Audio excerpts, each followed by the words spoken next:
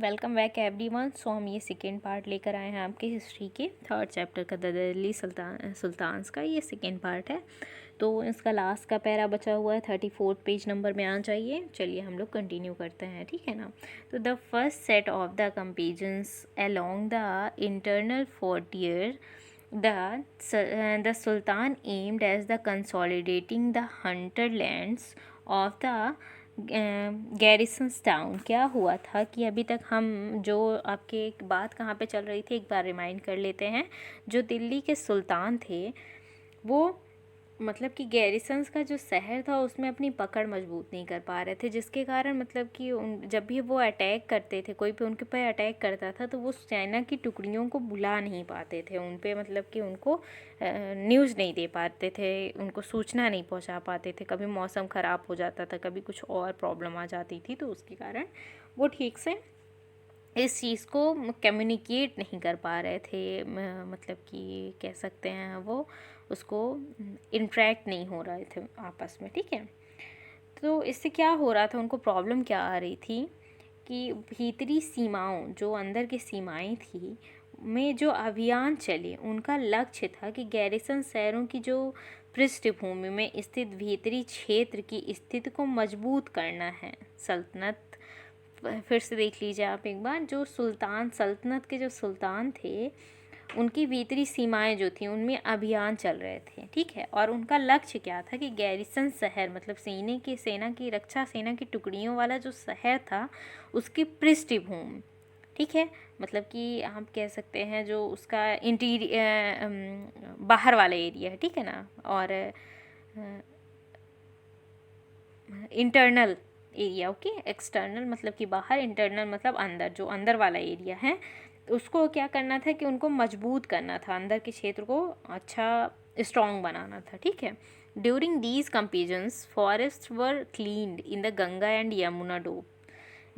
इस मतलब कि लड़ाई में, इन अभियानों में, इसके दौरान गंगा और यमुना के जो दोआब के जो जंगल थे उनको साफ कर दिया गया बिल्कुल।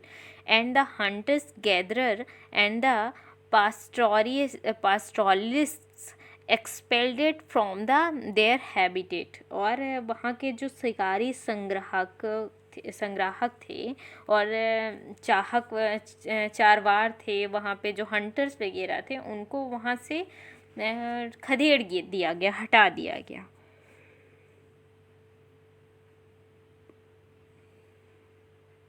नेक्स्ट पेज में आते हैं। पेज नंबर आपका यहाँ पे थोड़ा सा आपको टफ लगता होगा 35, एक दो बार इस वीडियो को देखेंगे तो आपको अच्छे से समझ में आ जाएगी, ठीक है ना। These lands were given to peasants and the agriculture were encouraged. और ये लैंड जो थे, जो वहाँ से ज़मीन खाली की गई थी, जहाँ से जंगल हटाया गया था, वहाँ से उस ज़मीन को किसको दिया गया, वह ज़मीन किसानों को दे दी गई। किसके लिए? कृषि कार्य करने के लिए, कृषि कार्य को प्रोत्साहन देने के लिए वह ज़मीन किसानों को दे दी गई, ठीक है ना। The new fortresses, garrisons towns and the towns were established to protect the trade route and to promote the regional trade. क्या हुआ कि वहाँ पे व्यापार और मार्गों की सुरक्षा और क्षेत्रीय व्यापार की उन्नति की खातिर नए किले, गैरिसन शहर और भी शहर बसाए गए।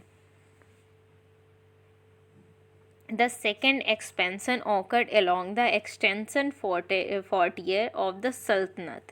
क्या हुआ कि दूसरा जो विस्तार सल्तनत के बाहरी सीमाओं में हुआ। इतना तो इंटीरियर एरिया हुआ कि मतलब कि वहाँ पे लैंड दे दिया गया किसको, कृषि को। और जो अंदर क्या क्या किया गया, कुछ किले बनवाए गए और गैरिसन शहर बनवाए गए और कुछ और शहर वहाँ पे बसाए गए, ठीक है ना।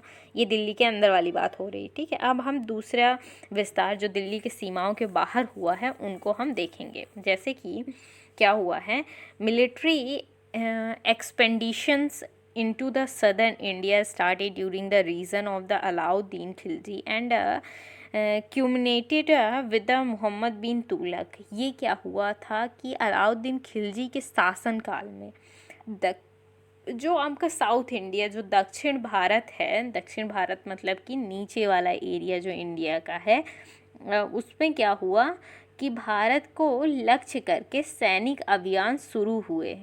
मतलब कि दक्षिण भारत को एक लक्ष्य बनाकर और सैनिक अभियान शुरू हुए थे, सॉरी। और ये अभियान मोहम्मद बिन तुगलक, जो मोहम्मद तुगलक थे, उनके समय तक अपनी चरम सीमा पर पहुंच गए, ठीक है ना।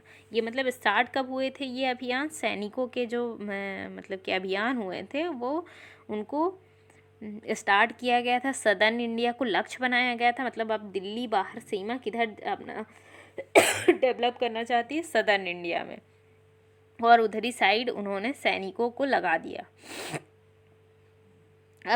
अब फिर आगे देखते हैं क्या हुआ।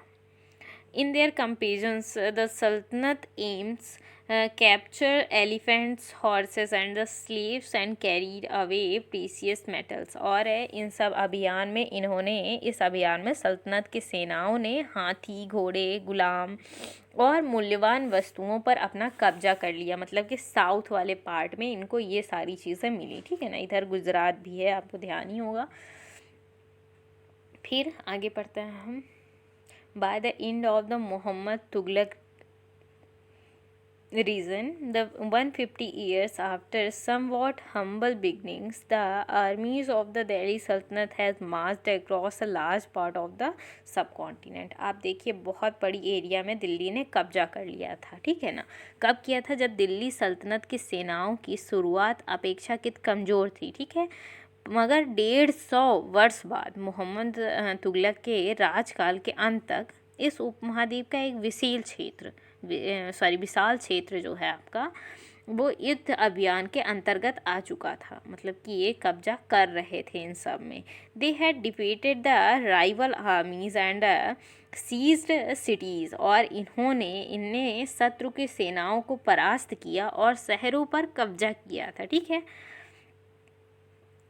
Okay, the Sultanate collected taxes from the peasantry and dispensed justice in its realm। और क्या हुआ था कि जो आपकी सल्तनत थी उन्होंने इसके सूबेदार और प्रशासनक मुकदमों में फैसले सुनाते थे और साथ ही किसानों से कर वसूली करते थे। इसके मतलब सूबेदार जो थे, जो सल्तनत फैल गया था उसके जो सूबेदार लोग थे वो क्या करते थे? प्रशासनक मुकदमाओं में फैसला सुनाते थे और किसानों से कर वसूली करते थे। But how complete and effective was it's control over such vast territory. लेकिन इतने विशाल क्षेत्र पर इसका नियंत्रण किस सीमा तक और कितना प्रभावी था ये जानते हैं, ठीक है ना। जैसे ये दिल्ली है, ठीक है ना। दिल्ली से आप कहाँ, ये गुजरात, चिचौर और आपका मांडू, देवगिरी और फिर यहाँ तक, मतलब कि पांड्यास तक, ये सब ये अपना शासनकाल फैला रहे थे इस तरह से। ये सदन वाले सोमनाथ, ये सोमनाथ मंदिर जो गुजरात का है, यहाँ भी ये सब अपना शासनकाल ऐसे ही फैलाते जा रहे थे। ये बहुत सारी मतलब मंदिर मस्जिद है जिनका निर्माण किया गया उन्हीं टाइम पे।